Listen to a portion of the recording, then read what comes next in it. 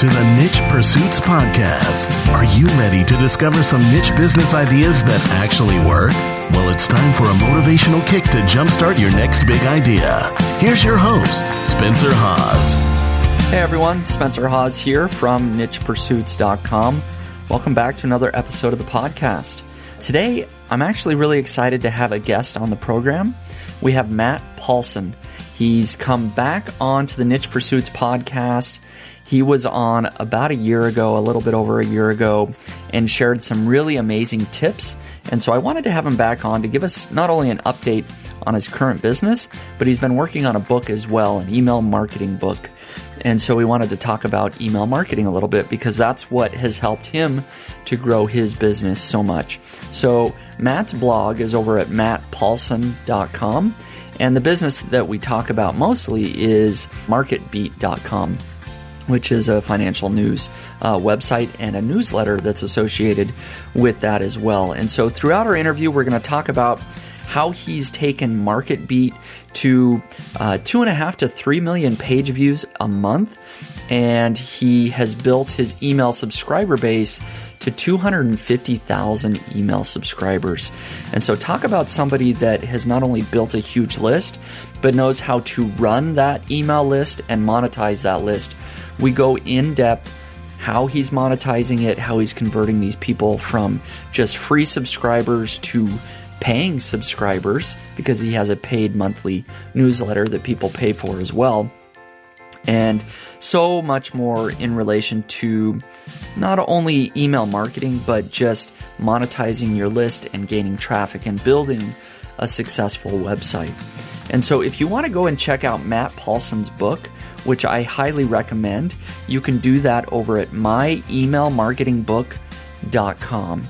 And that'll take you directly to the Amazon page for the book itself. If you are listening in when this is first recorded in early October, the first few days of October 2015, Matt's book is going to be free. And so you can go over and download it from the Amazon Kindle version, and get it for free. That's at myemailmarketingbook.com. I think you should check it out, certainly while it's free, but even afterwards, it's a great book. I've been reading the excerpts, and Matt, of course, sent me a full copy. Matt's a smart guy, definitely worth listening to. So even if you don't check out the book, I hope you enjoy the podcast. Lots of great tips here. So anyways, enjoy the interview. Thanks a lot, guys. Hey everyone, welcome back to the Niche Pursuits podcast. I'm your host, Spencer Hawes from nbsp.com. And as usual, I've got Perrin with me as my co-host. Perrin, why don't you give a shout out to everybody? How's it going, guys? Good to be back. Yep, good to have you. And we also have a guest with us. Today we have Matt Paulson from mattpaulson.com. Matt, welcome to the podcast. Yeah, thanks for having me back on today. Yeah, absolutely. You were on the podcast. It was just a little bit over a year ago. And for those that maybe didn't hear that podcast or just want an update, can you give us a brief summary of what your current business is all about? Yep, so I run a digital publishing company. It's called marketbeat.com. And we publish a financial newsletter to about 250,000 stock investors every day over email. We send out about 10 million emails a month. We do 2.5, 2.6 million in revenue. We'll do that this year, and business has really taken off since we did the interview a year ago. I think I've probably doubled the number of subscribers we've had in the last 12 months, and things have been doing pretty well. Yeah, pretty well, I think, is an understatement. And if I recall correctly, that also means you just about doubled your revenue, right? Yeah, we did about 1.56 million last year, and we're going to do about 2.6 this year. So not quite doubled, but definitely on the upswing. Yeah, and my favorite part of the last interview was when you went through the chronology of your revenue kind of trend. So to give people an idea of what it was before that, I think the year before your $1 million year, it was 600K, and then it was... Yeah, so 2012 was about 323,000, something like that. 2013 was like 789, and 2014 was 1.565. Yeah. And this year will be 2.6. So it's this will be the first year in a while I haven't doubled revenue. There's, I don't know. It's harder to double revenue when you're get to bigger numbers, but that's unbelievable. Congrats again on the success. I keep in touch with you, so I knew your business was growing, but for readers, I mean, that's huge motivation, to be able to do those kind of numbers. So 250,000 email subscribers, that huge revenue numbers, and a lot of growth in the last year. What would you attribute your growth to? Two things. One is we've really delved into paid advertising. So we spend about $30,000 a month on co-registration advertising, just buying, email signups. And then we've also just gotten, our traffic numbers have gone up. So we've been getting more organic opt-ins as well. So it's kind of a 1-2 punch that has just really grown email list pretty quickly. Mm-hmm. And so are you still getting the bulk, or maybe what percentage of your email subscribers come from co-registration? So we get about 20,000 organic opt-ins a month, and then maybe another 15,000 from co-registration advertising. So can you explain to our readers what exactly that is? Because I've been reading your blog, and when I saw that title, I just had no idea what you were talking about. So poor me, I had to actually go read something. But yeah, I imagine a lot of our readers also don't know what it is. So could you explain it? Yeah, so co-reg or co-registration advertising is something that is a great opportunity for a lot of people. It's just nobody really knows about it. It's been around a while, but it only really exists in certain niches. So what co-registration advertising is, it is kind of an ad unit that runs on your thank you page. So after you sign up for an email list, normally there's that page that says, thank you for signing up for our mailing list, check your inbox and look for the confirmation email. So below, on that page, we put an ad, and you can just go to marketbeat.com, type in a fake email or whatever, and you can see that ad. But it's usually an offer for somebody else's financial product. And then if they accept that offer, I'll get maybe $2. So if we have 20,000 people, say 35% of them accept an offer, that's, 7,000-ish people. The average person takes 2 offers. So, 7,000 times 2 times 2 ends up being, $28,000 a month from co-reg. And it's a little bit more than that, but it's been a great kind of revenue source for us, and also a great lead source because we can get access to other, financial websites, email subscribers through that. And, we pay $2. We can get, $6 to $7 back into them through subscriptions and, our email ads as well. And it's, tends to be a pretty profitable way for us to buy subscribers. Right. And so you actually do it on both ends then, right? So you're, sort of, selling on your list, and you're also buying from other lists. Is that right? Yeah, so we sell on our list through a couple of different agencies. One of them is Tim Berkwin's company called After Offers. Great guy. Mm-hmm. And then we, buy leads from him, and then we buy leads from a couple of other places as well. They're mostly like networks that sell, financial co-registration advertising. Mm-hmm. And then they work with a number of big sites that sell those, and we'll test the site out for 30 days. We'll see how their leads are performing. The signups from different websites, they don't all perform the same. The more relevant that your site is to the site that the ad is on, it's going to do better. So sometimes we keep going with, and some sites we have to cut off, but it's right. It's something you got to try.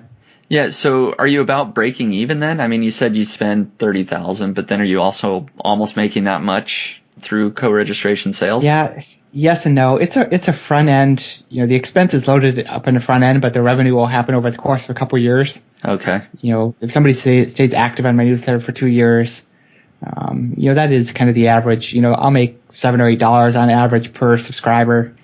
So it works out, but it's a lot of upfront money for money that comes back over the course of a couple of years. So it's a good investment, but you don't steal that money right away.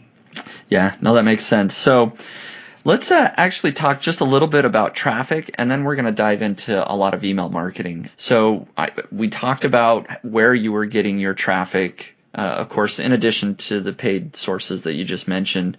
Mm-hmm. What other sources are you using to generate traffic, and maybe what, if anything's changed? Yeah, so on our last interview, you can go back, I think it's number 38 or something like that, or podcast episode 38. Yes, we talk about just some of the different ways to get traffic that's not from organic search. So we specialize in all the other. On Google, there's there's the web search tab, but there's also the images tab, the news tab, the blogs tab, whatever. We really try to focus on all the other tabs, Bing and some of their verticals too. So in the financial niche, there are a number of just vertical news sites that have profile pages for publicly traded companies. So we write content about those publicly traded companies, and then those articles get picked up, into like Yahoo Finance and MSN Money and, StockTwits and places like that. And, people will come back to our website, read those articles, and maybe sign up for our email list or, click on an ad. So it's, not what a lot of people do, and it's specific to the niche that I'm in, but it's worked out pretty well for us. And I think you did this also on the last interview, but can you give a breakdown of where your traffic is coming from percentage-wise, as far as like Google Organic versus all these other sources, I guess? I'd like to. I don't know if I could accurately tell you today. Okay, maybe just an estimate? I don't know if I could do it accurately. Okay. There's some organic search in there. There's some Google News, Google Finance. There's some Bing News, MSN Money. There's some StockTwits. There's some Twitter. It's kind of a mix of all of those. But I wouldn't want to try to guess percentages because I just don't think it would be accurate. No, that's fine. It's just gives people, I guess, a good picture that it's not all one source. It's pretty spread out. Yeah. I learned that lesson the hard way. I had a site that got hit pretty hard in the first Google Panda update in like January of 2011. And it's like, I never want to go back down that road again. It's just not a game I want to play. Absolutely. So any follow-ups, Perrin, with maybe traffic? Otherwise, we're going to move on to email marketing, I think. I'm always kind of curious so you have these really big sites that bring in tons of traffic. Are those sources feasible for somebody who's just starting out? Not always. So to get into any of these portals, there's usually an application process, and you need to have a team of writers, and you need to have, a pretty high quality website. So they're, not easily accessible to somebody that's just creating their first blog or it's just them writing. You really got to have a team in place, and it takes some work to make those happen. You guys built out like a Google News site, and that was quite a bit of work involved to do that. Yeah, about 6 months worth. Yeah, so it's like unless you're willing to sign up and do that and put some time, money, and elbow grease into it, it's not something that just you can do pretty easily. For sure. Which is almost a good thing, because then it's just harder for other people to get in and to copy some of that stuff. Yeah, no, absolutely. So, let's go ahead and talk a little bit more about email marketing. You mentioned that you have 250,000 email subscribers. Can you give us an idea of what you're doing, what you're offering these email subscribers? How are you making money? Sure. So once somebody is on our email list, we make money in, I think, 4 different ways. One is co-registration advertising. We talked about that. 2, there's 2 different types of advertisements we do against our email list. So inside of our daily newsletter that we send out, there's ads in there, and we get paid on a cost per click basis on those. And then we also sell dedicated emails against our list in the internet marketing space. I think they're called solo ads, but it's not nearly as scammy. So they're big financial publishers like the Motley Fool, Agora Financial, places like that will pay, a fixed CPM fee to send an email to my list, for their offer. And that money's pretty good. And then we obviously sell subscriptions as well, which is a pretty good revenue stream as well. You mentioned a network just there. What was it again? So the agency I work with is called Investing Media Solutions, and they sell ads on our behalf, but they only work with financial publishers. So if you're not a financial publisher, there's not really much they can do for you. Sure. So it's probably similar to something like buy sell ads, except because they're so niche, they're probably working with really specific companies who they understand, and they're matching them with good people or good sites and lists. Yeah, I mean, there's maybe 100 financial publishers that buy ads through an agency like that, or all the agencies like that. So it's a pretty niche thing, but there's quite a bit of money involved, because there's just a lot of money involved with financial publishing and financial products. Yeah, it's kind of interesting because your core product would be your financial newsletter that people subscribe to and pay you directly monthly for that. But then you also mentioned all these other ways, co-registration, and you're selling essentially ad space in your email newsletters. I guess I have never gotten to that point where I'm comfortable doing that with my own email list. Can you maybe talk about that? Maybe the fear that you're going to maybe alienate your subscriber base, or, just you're monetizing them too much? Yeah, it's definitely it's challenging because some people like getting that kind of stuff in their email and other people don't. So you hear from the few people that don't, and then you take it personally and think, oh my God, what am I doing? Am I spamming these people too much? Am I sending them too much email?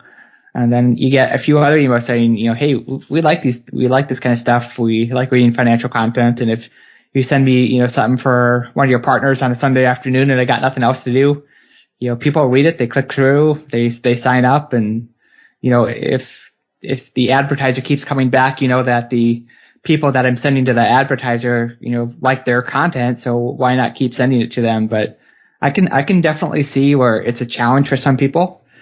So like if we send out an email ad to our entire list that's just an ad for a third party sponsor, we might get as many as like 500 unsubscribes from that one email.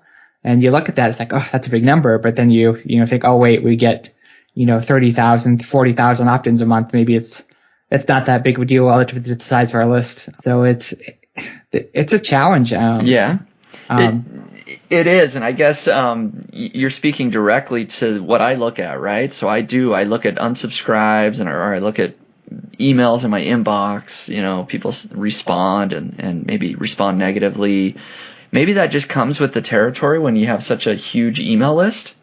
I guess obviously for you, you've done, you see the numbers and you see the growth. You see, well, we're clearly growing here overall, and so maybe that's a way to look at it, is just look at the big picture. Like the business is still moving in the right direction, and clearly it's not alienating tons of subscribers. Yeah, I think the key, what I've kind of figured out is that there are a lot of people that will pay to email your list, but they won't all be willing to pay the same amount. So if I just stick to the ones that tend to pay pretty well, and just kind of say no to the ones that might want to pay you $1,000, $2,000 to email your list, and focus on the ones that will pay $8,000 or $9,000. That's I can make most of the revenue without sending out too many third party marketing emails. For sure. And so I'm curious about why you decided to sell subscriptions, like a monetized subscription-based email list, or like a premium email list, because I'm in the process of setting my very first email list up. Sorry if you can hear this siren in the background. It's Chicago, but I'm in the process coming for you, parent. I know, I got to run. Too many podcasts. But I'm in the process of building my first email list, and I'm trying to figure out what to sell. And it's a major sticking point for me. So when you were, just starting this business, why did you decide that a premium newsletter was a good core product and a good fit for you? Well, I know there are other companies that sell financial information products, so it was kind of a known thing. What caused me to do that was, I had my free newsletter and I really wasn't sure what I was going to sell to my audience, but I had been getting a lot of feature requests and just people wanted more stuff in the newsletter that I didn't really have time to do. So I thought, hey, maybe I'll make a paid version of this newsletter, and then the people that pay for it can get all this stuff that I keep hearing over and over again, but don't necessarily, want to do just if nobody's going to be paying for it. Yeah, for sure. And what were those features, just to give our readers an idea? Yeah, so one of the big ones was that they wanted to get their newsletter before the stock market opened, which is, sounds like all you have to do is change the time of day that you send out the email, but it was a lot more complicated than that because some of the data wasn't available before the stock market opened. So I had to go find some new data sources and do a lot of other work to make sure that that email could go out earlier. But then there's you can create a watch list and you follow stocks and get email alerts and SMS alerts and stuff like that, where it's, customizability, more information, different information.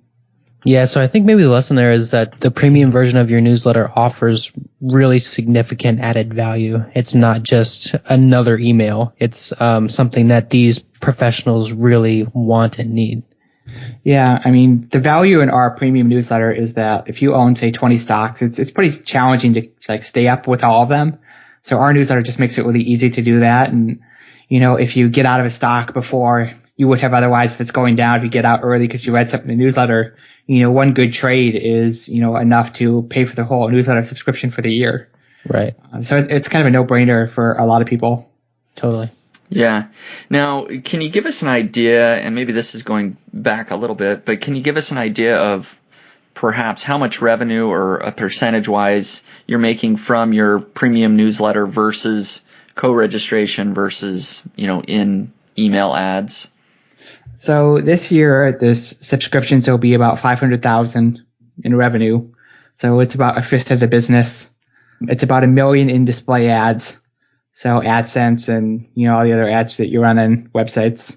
And then another 500,000 in co-reg and email ads. So that would be,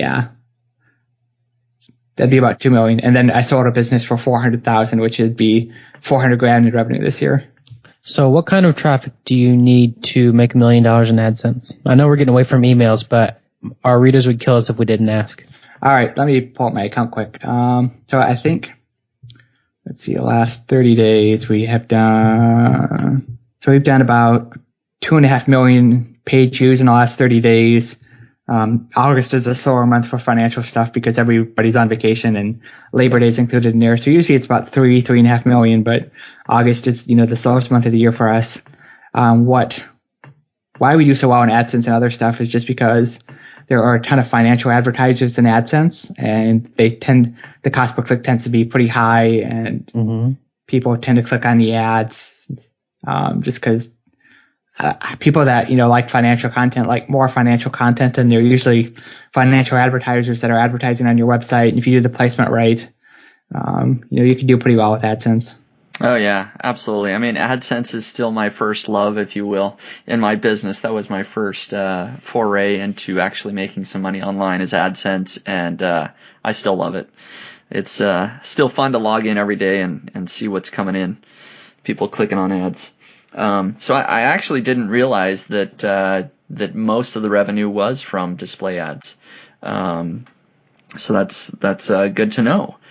Now, I know that in our last podcast, we talked quite a bit about the opt-in forms that you have, and we talked about how they're very simple. It's basically black text on white background, and you still have the same very simple opt-in form when people visit your site. You've probably changed the wording and things like that, but generally speaking, it's fairly simple. Can you give us an idea, or maybe you can share with people your thoughts on how they should go about deciding what to offer as a lead magnet? You offer, of course, just access to a free newsletter, but how should people go about deciding what they should offer? Yeah, so I think the big key with your lead magnet is that the format of the lead magnet, whether it's a video series, whether it's a PDF or an email course or whatever it is, I think that matters less than the relevancy of the content to the page that it's on. Right. So if you have a section on your website about link building, on those pages you should have an offer about link building. Then if you have a section on your website about Amazon, you should have an offer about Amazon on that page. So it's just having multiple link magnets, and then just making sure that the right link magnet shows up on the right page, so that you just have a very relevant offer that's related to the page that it's on. So how do you manage that? I mean, you have huge sites. Do you do it on a category basis or a page level basis, or do you do maybe, one per site depending on the general subject? Nope. So we do it based on, so all of the content we produce is news about publicly traded companies. So we will, inside WordPress, we have some custom code that will say, okay, what's the name of the company that this article is about? And then we pull that into our pop-up just using some PHP and JavaScript and all that stuff. So awesome. It's custom code, but it works pretty well for us. There are some plugins. I think Opt-in Monster is one of them that will let you pick out an offer based on a per category basis. So there's plugins that do that, and they're good. Don't do what I did, but go get one of those plugins and just have 3 or 4 different lead magnets, and right. Rotate them based on a category.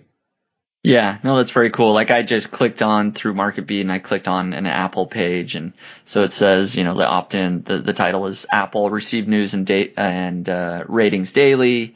Then it goes in and specifically says, receive the latest news and analyst ratings for Apple and related companies. So it's very cool that you mentioned specifically in the opt-in form what people are looking at. Yeah, that was one of the most effective split tests I've ever done on a pop-up, is doing that. I think it was a 30 or 40% increase in opt-in rates when I started doing that, and it was a good change. Yeah, I would say so. Very good change. So as far as people deciding, just make sure it's relevant. So relevant to the page that people are on, and you're not so concerned with whether it's a downloadable or a video or anything like that. No, I mean, it kind of depends on what niche you're in and what you're trying to do with your audience, or what kind of content it is. But I think people can get hung up on their lead magnets and just spend too much time on them. Often you can just repurpose some content you already have, or make a quick video, and you don't overthink it and don't make it too hard. The first one you do is probably not going to be the best opt-in you ever have anyway. So it's just try stuff and see what works. Yeah, and just to share a short experience with nichepursuits.com, people can see on my site, I actually used to have a downloadable ebook that I used as a lead magnet. I just moved away from that and do something similar to what you're doing, as far as they're joining my newsletter, they're joining my email list, but I make it specific to whatever they're reading. I could do a lot better. I have 7 or 8 categories basically, whether it's building niche sites or blogging or whatever it might be. There's an opt-in specifically for that, and just says, hey, do you want to get additional emails and tips for blogging or whatever it might be, keyword research. And my email opt-ins have increased quite a bit, actually. So I don't know that it matters if you have a unique video course or some special downloadable. It seems like just a newsletter and giving people what they are already looking at or searching for works pretty well. Yeah, I mean, if people want your stuff, they're going to opt in. It's not a matter of so much, I'm not going to sign up for this. I don't like to, watch video courses. I want a PDF. It's just, that doesn't happen. Right. Exactly. So a related question is about split testing maybe. So you mentioned split testing, and I wonder how important you think that is. And I'm also curious about where your opt-in conversion rate started and then where it ended after you did some split tests. Yeah. What was the first question again? Just how important you think split testing is to get people on your list? Yeah, it's once you have traffic, it's very important. If you're just getting started, you've got maybe less than 25,000 page views a month. You don't have enough people coming to your website to do a good split test, so you can't really do a good split test until you get a sizable amount of traffic. And once you have enough traffic to it, maybe do a split test where you run it for a month and you compare two things and you see what works better. That's kind of the point when it starts to matter. But it can be huge. I don't have exact numbers off the top of my head, but we probably doubled our opt-in rates, since we started doing the pop-up, just by optimization, optimizing things, button text and colors and, function, like one thing that changed or improved our opt-in rate by about 10% that I would have never thought of is we darkened the opacity of the background of the pop-up, so that the focus would be more on a pop-up and less on the content of the page. And that increased the opt-in rates by 10%. So it's just, looking at every stupid little part of the pop-up and testing it and just, finding ways to improve that, and validating that through data. Awesome. So maybe you can walk us through how people should be setting up their email marketing funnel. So once people actually are on the list, they've opted in, how long are you taking before you offer to sell them on your newsletter? And I guess maybe we'll go from there. So we offer to sell people on the very first welcome email. Okay. So once somebody signs up for our list, they get put into a 60-day autoresponder series. I think they get an email every 3 or 4 days, and then every other one is a sales email. So there's a sales email, a content email, a sales email, a content email, and it just rotates back and forth. So that's fairly aggressive. Yeah, but I think it works for my list because 50% of the people that are ever going to buy a subscription do it within the first 60 days of signing up. Mm-hmm. So I want to make sure that the paid product is in front of them while they're most active. Mm-hmm. Because when somebody first signs up for your list, that's when they're going to be most active with your content. People will just become less engaged over time. I don't know about you guys, but how many newsletters have you subscribed to 3 or 4 years ago that you're still on, that you're interested as the first day you signed up for it? That doesn't happen. So you want to get people right away when they're engaged with your stuff. Yeah, for sure. So I'm a total email marketing newbie, obviously, but 60 days seems long to me. So maybe you can tell me why I would be wrong in thinking that. I mean, you can start out shorter, but, we had a shorter autoresponder series, but, when I looked at the last couple emails in the series, they were still getting, great open rates, great click-through rates and sales. Right. There are people still engaged at that point. So I thought, hey, why don't we just make it a little bit longer and see if we can catch some more of that long tail of interest. We talked, you're offering people something right away when they join your email list. Do you actually, and this is something that we do for Longtail Pro, my business, that as soon as somebody signs up for a free trial, they actually go to a thank you page on our website, and we actually offer them to buy Longtail Pro right there kind of a second time. So immediately, do you do the same thing? In our autoresponder series, it's a 30-day trial that they sign up for.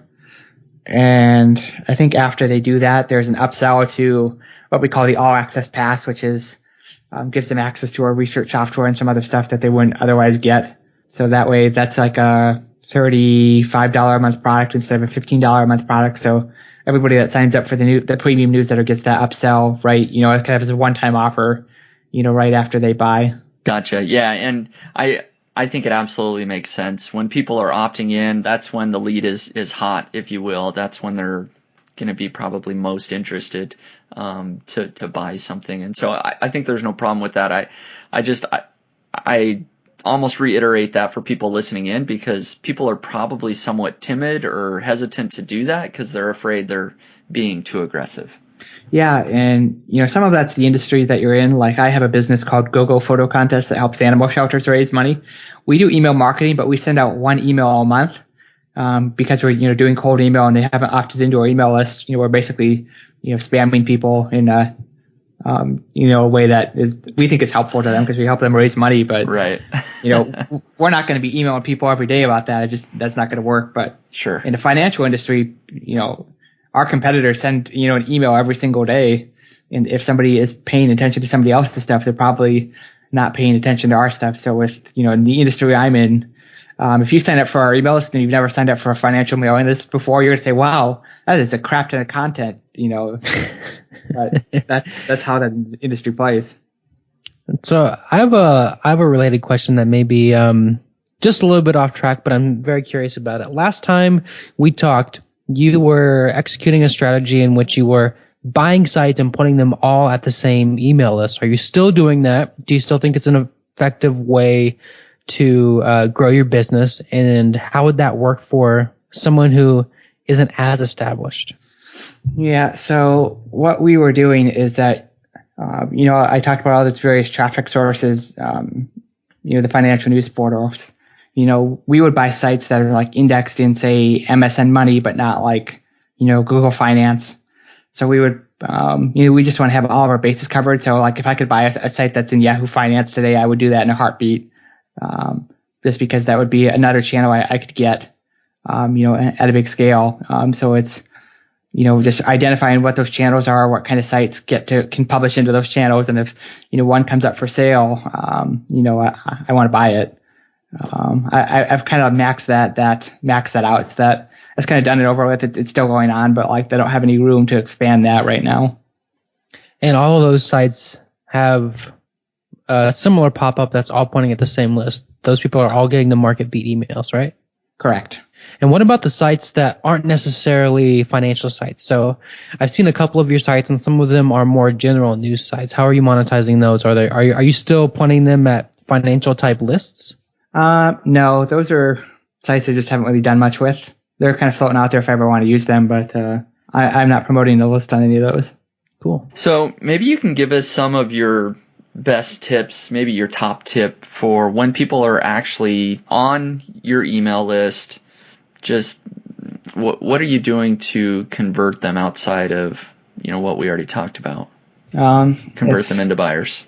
Yeah, I would like to say there's a magic trick that I have, but it's sending emails that talk about the features and benefits of the product, and sending them to a sales page and then to a checkout page and getting them to buy. There's not really magic to it.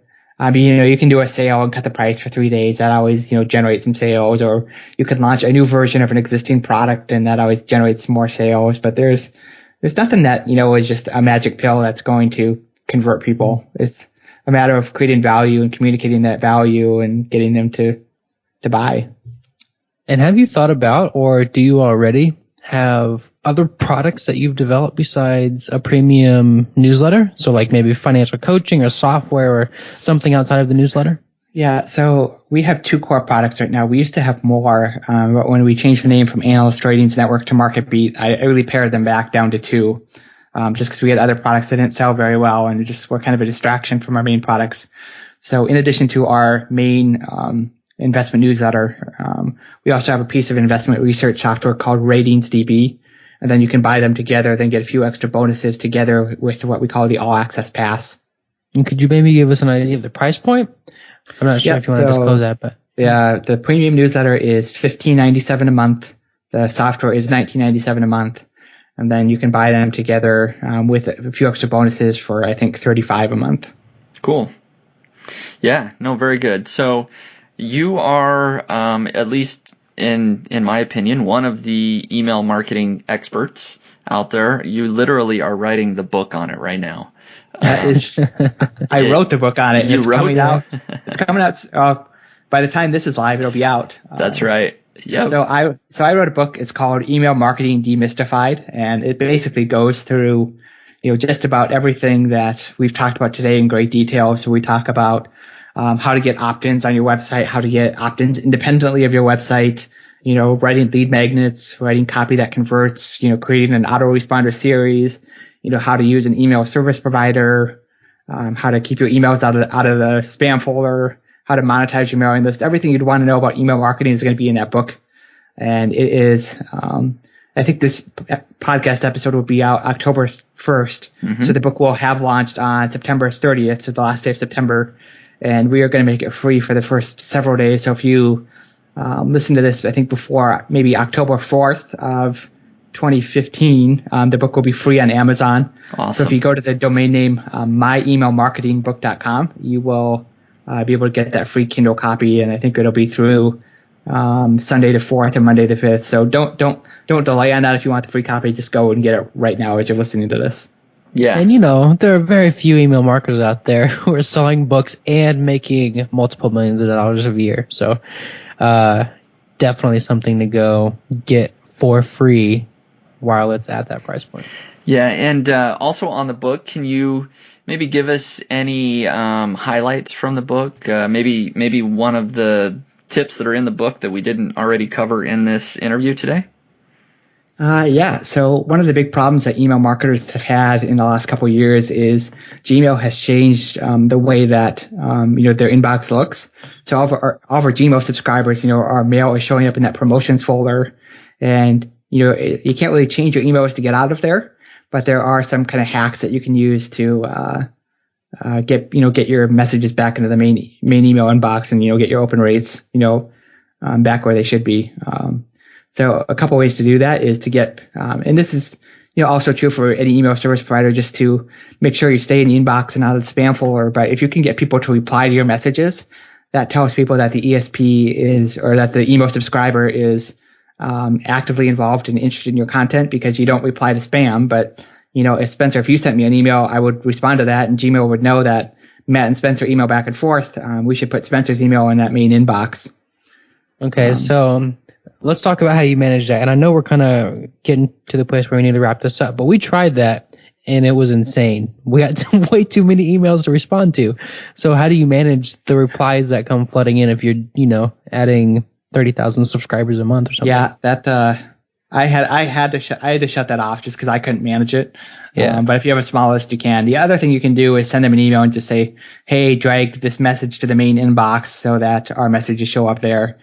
So you can do that too. I have a customer service person, and even it was too much for her with the number of opt-ins we had. So I had to shut that off. But theoretically, it's a good idea if you have a more manageable number of opt-ins. Yeah, I think particularly for people that are just starting out, if they do have a smaller email list and they want to be more intimate with their email subscribers anyways, they want to get to know them and get their feedback, I think that works really well. And then, of course, the other tips that you mentioned. So, the URL to get the book is myemailmarketingbook.com. People can check that out. And you've been sharing actually quite a bit of free content on your blog over at mattpaulson.com, excerpts from the book. So I've definitely seen the content. It's good stuff. Yep. So go ahead and get that book. If you find value in it, please leave a review. For people that sell anything on Amazon, Spencer knows this, Para knows that. Please leave a review if you like the book. Those are, if you offer to send me $100 for a copy of the book or write an Amazon review, I'd rather have the Amazon review. So write an Amazon review. Yep, they do. That's Amazon's algorithm. They look at those reviews, and that really does help. That'll help Matt's book show up when people type in email marketing or something. It'll be ranked very, very highly, so people can find that quickly. So absolutely, I recommend that. Any final thoughts before we wrap this up? Whether that's email marketing or just general business tips, any thoughts you want to leave with us today, Matt? Yeah, email marketing is one of those channels that, when you first get started, you're going to be disappointed with the results because it just takes a lot of time to start seeing those numbers. It's a marketing channel that will snowball. So the first month I sold my premium newsletter, I sold 30 paid subscriptions, and now we have over 3,000. So it's something you got to put a lot of time into, and it's something that's not going to happen overnight. It's a 6 to 12 month process to really get your email marketing, at a point where it's going to become a big asset for your business. But once you put in that work, it really will be something that you'll be very glad that you did, and it'll be just a nice revenue source and traffic source for your company. Mm-hmm.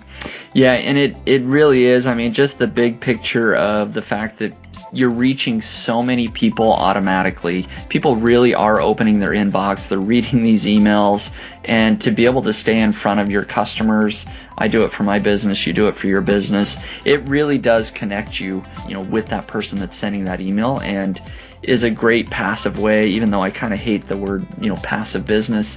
It is a way to just reach so many people without a huge amount of effort. So big picture wise, email marketing is just huge for just about any business out there. So I totally agree. Yeah. So very good. We'll leave it with that. Again, the URL is myemailmarketingbook.com. People can check out your book, and then of course they can follow along at your blog at mattpaulson.com. So Matt, once again, thank you so much for joining us on the podcast. Thanks, guys. Hey, thanks a lot. Appreciate it. See you later.